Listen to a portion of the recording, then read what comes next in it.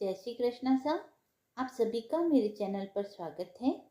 आइए सुनते हैं अगहन बृहस्पतिवार व्रत कथा अर्थात महालक्ष्मी व्रत कथा। अगहन मास के पहले बृहस्पतिवार को माँ लक्ष्मी जी की स्थापना, पूजा व व्रत किया जाता है। मान्यता है कि इस दिन तुलसी और लक्ष्मी जी की पूजा करने से व अन्नदान करने से लक्ष्मी जी खुश होती है और उनके आगमन के बाद उनका स्थायित्व घर में बना रहता है।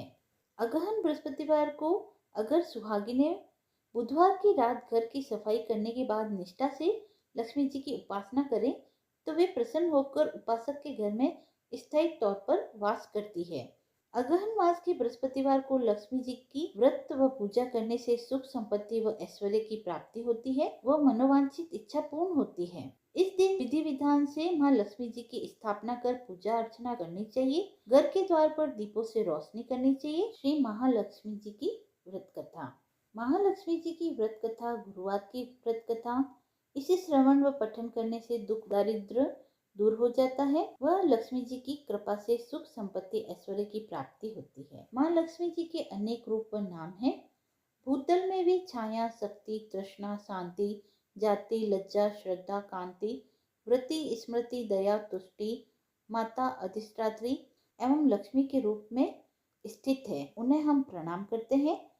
कैलाश पर्वत पर पार्वती, क्षीर सागर में सिंधु कन्या, स्वर्गलोक में महालक्ष्मी, भूलोक में लक्ष्मी, ब्रह्मलोक में सावित्री, ग्वालों में राधिका, वृंदावन में रासेश्वरी, चंदन वन में चंद्रा, चंपक वन में गिरजा, पद्म वन में पद्मा, मल्टी में मालती, कुंदन वन में कुंददंती, केतकी वन में सुशीला, कदम वन में कदममाला, राजप्रसाद में राजलक्ष्मी और घर घर में ग्रह लक्ष्मी।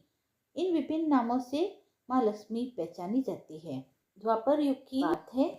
सौराष्ट्र में उस समय भद्रश्रवा नाम के राजा थे। वे बड़े पराक्रमी राजा थे। 4 वेद, 6 शास्त्र, 18 पुराणों का उन्हें ज्ञान था। उनकी रानी का नाम सूरज चंद्रिका था। रानी दिखने में सुंदर सुलक्षणा थी व पतिव्रता भी थी।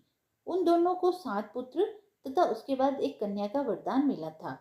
कन्या का नाम श्यामबाला था। एक बार माँ लक्ष्मी जी के मन में आया कि जाकर उस राजा के राजप्रसाद में रहे।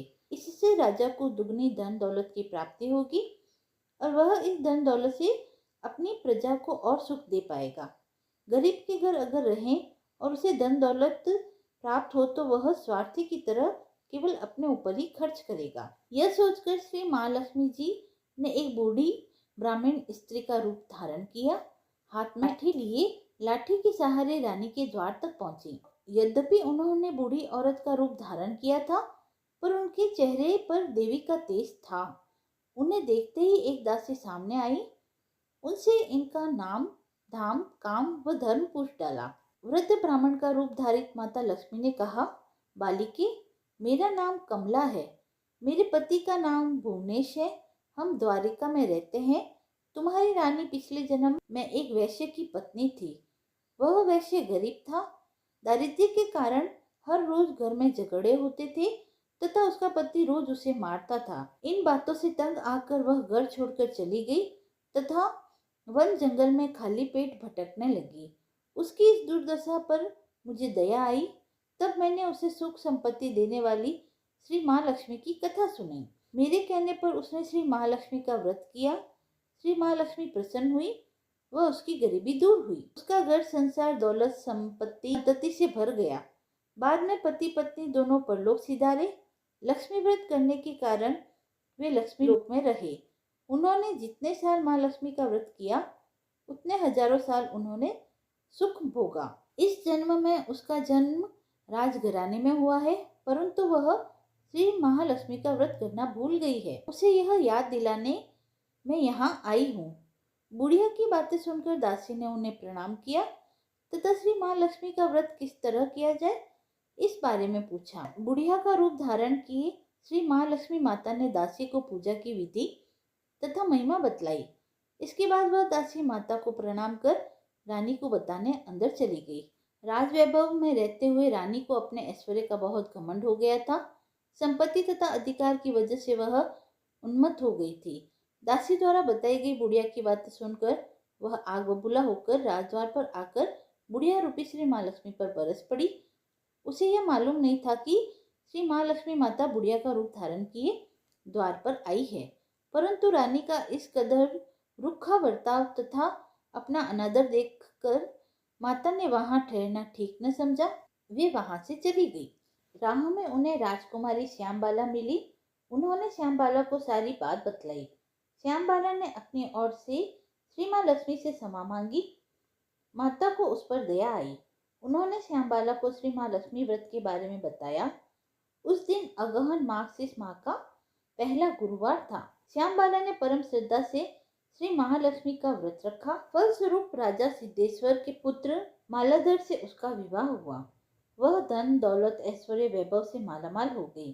पति के साथ ससुराल में आनंद से दिन बिताने लगी। इधर श्री माँ लक्ष्मी का रानी पर प्रकोप हुआ। फलस्वरूप राजा भद्रश्रवा का राज्य तथा राज कारोबार नष्ट हो गया। यहाँ तक कि खाने के लाले पड़ने लगे। ऐसी हालत में एक दिन रानी ने राजा से निवेदन किया, हमारा दामाद इतना बड़ा राजा है, धनवान है, ऐश्वर्यशाली है, क्यों न उसके पास जाएं, अपना हाल उसे बतलाएं, वह जरूर हमारी मदद करेगा। इस बात पर राजा भद्रश्रवा दामाद के पास रवाना हुए। राज्य में पहुंचकर एक तालाब के किनारे थोड़ी देर विश्राम करने के लिए ठहरे। तालाब से पानी लेने आते जाते दासियों ने उन्हें देखा। उन्होंने विनम्रता से उनकी पूछताछ की। जब उन्हें यह मालूम हुआ कि वे रानी श्यामबाला के पिता है, तो दौड़ते हुए जाकर उन्होंने रानी को सारी बात बतलाई।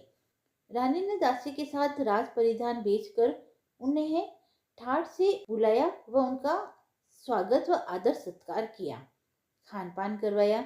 जब वे लौटने लगे तो सोने की मोहरों से भरा घड़ा दिया। राजा भद्रश्रवा जब वापस लौटे तो उन्हें देखकर रानी सूरज चंद्रिका खुश हुई। उन्होंने सोने की मोहरों से भरे घड़े का मुंह खोला, पर हाय भगवान, घड़े में धन के बदले कोयले मिले। यह सब श्री माँ लक्ष्मी के प्रकोप से हुआ। इस प्रकार दुर्दशा में और कई दिन बीत गए। इस बार रानी स्वयं अपनी कन्या के पास गई। वह दिन अगन मास का अंतिम गुरुवार था। श्यामबाला ने श्री महालक्ष्मी जी का व्रत किया, पूजा की, अपनी माता से भी व्रत करवाया। इसके बाद रानी अपने घर आई। श्री महालक्ष्मी का व्रत रखने पर उसे फिर से अपना राजपाट, धन दौलत, ऐश्वर्य प्राप्त हुआ। वह फिर से सुख शांति व आनंदमयी जीवन बिताने लगी। कुछ दिनों बाद राजकन्या श्यामबाला अपने पिता के घर आई। उसे अपने घर देखकर सूरज चंद्रिका को पुरानी बातें याद आई। यही कि श्यामबाला ने अपने पिता को घड़ा भर कोयला दिया था और उसे तो कुछ भी नहीं दिया था। इसी कारण श्यामबाला को पिता के घर आने पर उसका कोई आदर आतिथ्य नहीं हुआ, बल्कि अनादर हुआ। पर उसने इस बात का बुरा नहीं माना। वह अपने घर लौटते समय उसने पिता के घर से थोड़ा नमक ले लिया। अपने घर लौटने पर उसके पति ने पूछा, अपने मायके से क्या लाई हो? इस पर उसने जवाब दिया, वहां का सार लाई हूँ। श्यामबाला ने कहा, थोड़ा धीरज रखें, सब मालूम हो जाएगा। उस दिन श्यामबाला ने सारा भोजन नमक डाले बिना बनाया और परोसा। पति ने खाना चखा। सारा खाना नमक के बिना था, इसलिए स्वाद न आया। फिर श्यामबाला ने थाली में नमक डाला, इससे सारा भोजन स्वादिष्ट लगने लगा। तब श्यामबाला ने पति से कहा, यही है वह मायका से लाया हुआ सार। पति को उसकी बात सही लगी। फिर वह दोनों हंसी मजाक करते हुए भोजन करने लगे। कहा गया है कि इस तरह जो कोई श्रद्धा भाव से श्री महालक्ष्मी जी की पूजा करे, उसे माता की कृपा अवश्य प्राप्त होती है, उसकी सभी मनोकामनाएं पूर्ण होती है। जय माँ लक्ष्मी। यदि आपको यह कथा पसंद आई हो तो आप मेरे चैनल को लाइक, शेयर एंड सब्सक्राइब करें। धन्यवाद।